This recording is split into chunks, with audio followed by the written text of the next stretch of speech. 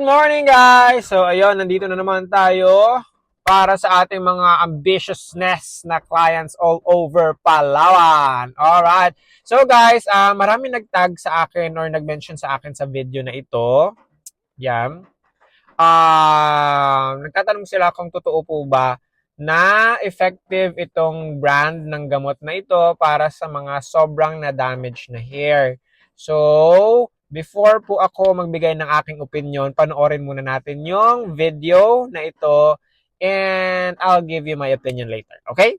So, let's Yung watch it. ganyang klaseng hair. Grabe naman yung buhok na yan. Parang durug na yan. Yun naman mas matindi pa yan sa alambre or walis. Kaya kung dry or damage yung hair mo, just keep on watching. At kung salon owner ka or hairdresser ka, na-experience mo yung ganyang klase ng hair at madalas haircut na lang ang solusyon. Naman natin na pag nasunog ang isang hair ay napakahirap talagang i-recover. Naman meron akong sample hair dito at sinubukan ko silang testingin. Yes, tama kayo sa narinig nyo. For the experiment si Mima. Kaya naman kumuha ako ng 2 bugkos na buhok at ayan ay binleach ko na sila lalo ng malala. Alam naman nating lahat na ang bleach ay nakaka-dry or nakaka-damage ng hair. Kaya bleaching powder ang ginamit ko pang durog sa hair na sample ko. Since para mapatunayan natin kung gaano kaganda talaga yung bagong product ni The Unbeatable. Kaya naman binabad ko na yung hair sa bleach. Mga nagtatanong kung ilang oras ko ba binabad yung hair sa bleach. Puntong yan, binabad ko pa lamang po ng 30 minutes. Siyempre, dahil naging busy ako dahil may client na dumating sa aming salon, nakaligtaan ko may iniwanan pala akong bleach hair. Kababad, kaya ito na ang naging resulta ng hair nila. Mapapansin nyo treatment natin. Yan nga pala ang Miracle Treatment, the best solution for damaged hair or dry hair. Kaya hindi na ako magtataka kung bakit unang labas pa lang nito ay sobrang dami na kagad nag-avail. Kitang-kita nyo naman yung hair na super damaged talaga. Try nyo panoorin kung ano mangyayari talaga. At hindi pa yan sa alambre, walis, or pugad.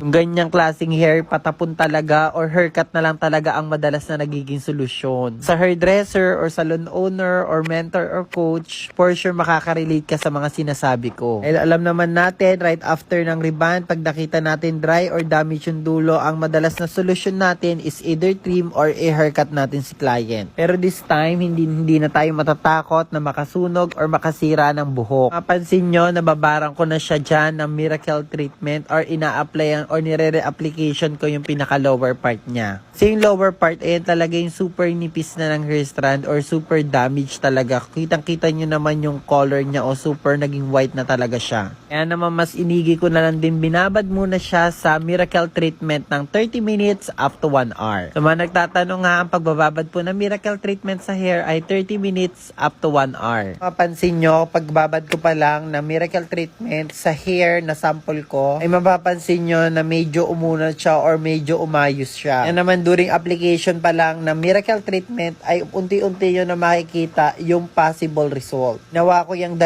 para may basis tayo kung ano ba yung pinanggalingan ng hair. Bali, ang status niyan ay 4 hours ko yung binabad sa bleach. After ko siyang babara ng Miracle Treatment, 30 minutes to 1 hour, ay binlow dry ko na rin kagad siya. After ng blow dry, eto na kagad yung naging result. So once again, walang hair iron yan or walang plancha yan. After blow dry lang yan na nang hindi binabanlawan. Kita nyo naman yung difference niya sa before and now. Ayan, diba? Napaka-plakado talaga yung naging result. Naman hindi ako nagtataka talaga ay sobrang muntik na talaga ma-sold out ang item naming Hair Recovery Miracle. Alright guys, so ayun. Ano sa tingin nyo?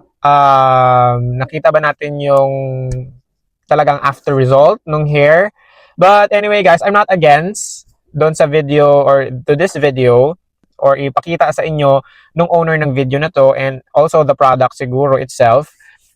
I'm not against to all of this.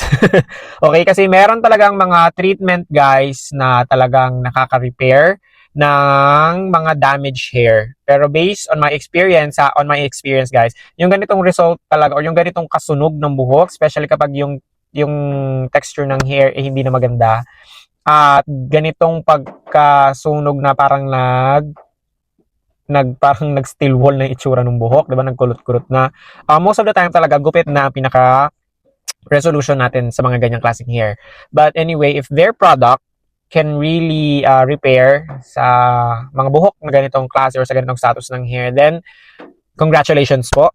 kasi maganda ang product nyo. But guys, especially online, hindi ako sure kung meron talaga tayong mga legit. Yeah, erase.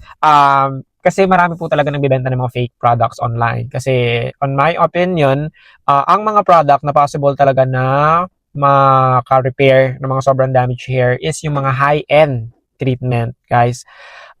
Meaning, pag sinabing high-end treatment, medyo pricey. Medyo mahal po ang treatment. Even online, binibenta ito ng mahal at hindi nyo po ito makukuha at a very low price. Pero based on my opinion, guys, yun talaga ang madalas na nakaka-repair ng mga damaged hair is mga product na high-end or medyo mamahalin, 'di ba? So if this video can possibly show us or kung may follow-up na video pa ito, guys, pakitag na lang ako para makita ko yung talagang pinaka-final result kasi based dito sa video is binlower niya lang po and sinabi niya nga na hindi pa napaplansya yung buhok pero straight na. Guys, there are instances na kapag tama yung temperature ng init kapag tama yung init ng blower nyo, tapos hindi rough yung the way na kung paano nyo pinatuyo yung buhok, as in smooth lang, hand dry lang, kayang-kaya pong unatin ng blower ang buhok, especially kapag sobrang treated na at especially kapag may gamot pa na naka-apply doon sa buhok like Brazilian, like Botox or any other treatment na nililive on sa hair tapos binoblow dry. Yes po, kayang-kaya po talagang unatin yon basta tama yung temperature. Kasi kapag sobrang init naman, may possibility din na pa-damage siya lalo dahil nga sa heat. Yung iba naman at medium heat, kaya na siyang unatin. Yung iba naman kahit malamig lang po yung gamit yung blower sa pagbo-blower nun, as long as nandoon pa yung gamot at maganda yung hagod ninyo sa buhok habang binoblow dry nyo yung buhok, guys, kaya talaga siyang unatin. So siguro sa video na ito, kung pinlansya po siguro nila and then winash nila yung hair, nakita natin yung talagang pinaka-final result ng buhok. Kasi kung comparison lang naman, yes po, magkakaroon talaga ng pagbabago after ma-blow dry yung buhok kasi yung isang buhok po is may gamot and then binlow dry, kaya may possibility umuna talaga siya. Basta tama yung temperature, guys, ha? Basta tama yung temperature na gagamitin nyo. And yung kabila naman is napatuyo niya na eh. Kumbaga natuyo na yung kabilang hair, so walang gamot, walang blow dry, of course, natural, yun yung makikita natin. So this is just based on my opinion. So kung may natutunan kayo, ha, ingat po kayo sa pagbibili ng mga gamot online. Hindi ko po sinasabi na hindi effective yung product nila. Sinabi ko lang po sa inyo yung opinion ko regarding this kasi may mga nagtag sa akin, may mga nag-mention sa akin kung effective daw po ba ito. And guys, hindi ko pa na-try yung product, so pinanood ko lang yung actual video. But kung gusto nyo soon, pwede natin i-try yung product nila para at least may pakita ko sa inyo kung gaano ka-effective. But as for me, so far talaga, guys, the best product for me as of now na ginagamit namin sa salon, I'm not sure kung meron din po sa ibang salon dito sa Palawan, is yung Wireless treatment po. Number 1 talaga siya for me para sa mga damage, sunog, color treated hair at lahat na ng sakit sa buhok nyo. Well, except lang sa kung naglalagas yung hair nyo, di ba? Kasi I think it's natural naman na maglagas yung hair. Part yun po ng cycle ng buhok natin. But so far, Wireless is the best for me na pan-treatment talaga sa buhok. So yun lamang, guys. Kung may natutunan kayo sa video na ito, I hope meron. So, but anyway, guys, yun lamang po. Thank you so much for watching this video. Don't forget to follow me and to follow our page and share nyo na rin yung mga videos natin kung nagustuhan niyo. So yun lamang po. And I'll see you soon, mga suki naming ambitiousness dyan. Bye!